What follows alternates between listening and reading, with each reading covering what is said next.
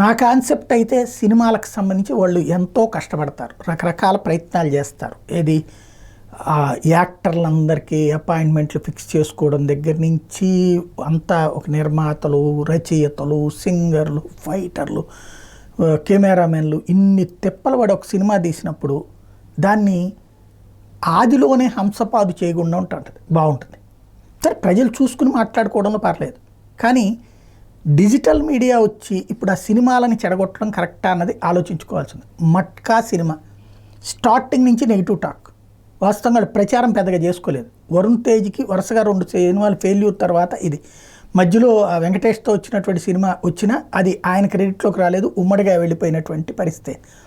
But ఆయన సినిమాలు వరుసనే 2 దెబ్బతిన్న తర్వాత వచ్చినటువంటి సినిమా ఇది సక్సెస్ కోసం ఆయన తిప్పలు పడుతున్నటువంటి వేళ జరిగినటువంటిది. ఇక్కడ సమస్యల్లో ఏంటంటే మనం అనవసరంగా దీంట్లో హైలైట్ చేసుకుంటున్నామా అంటే, కావాలని చెప్పి మనం చేసుకునేటటువంటి రూట్ కరెక్టా, సినిమాలని నెగిటివ్గా చిత్రీకరించడం.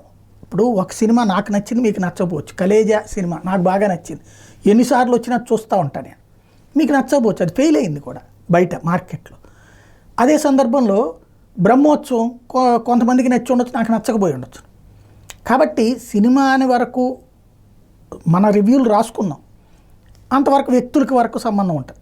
కానీ ఈ ప్లాట్ఫారాలు వచ్చాక మనం ఇవాళ సాయంత్రం సినిమాకి వెళ్దాంలే అనుకున్న వాళ్ళు ఈ రివ్యూ చూడగానే ఆగిపోతున్నారు. దీనివల్ల చాలా దెబ్బతింటుంది ఫిల్మ్ ఇండస్ట్రీ.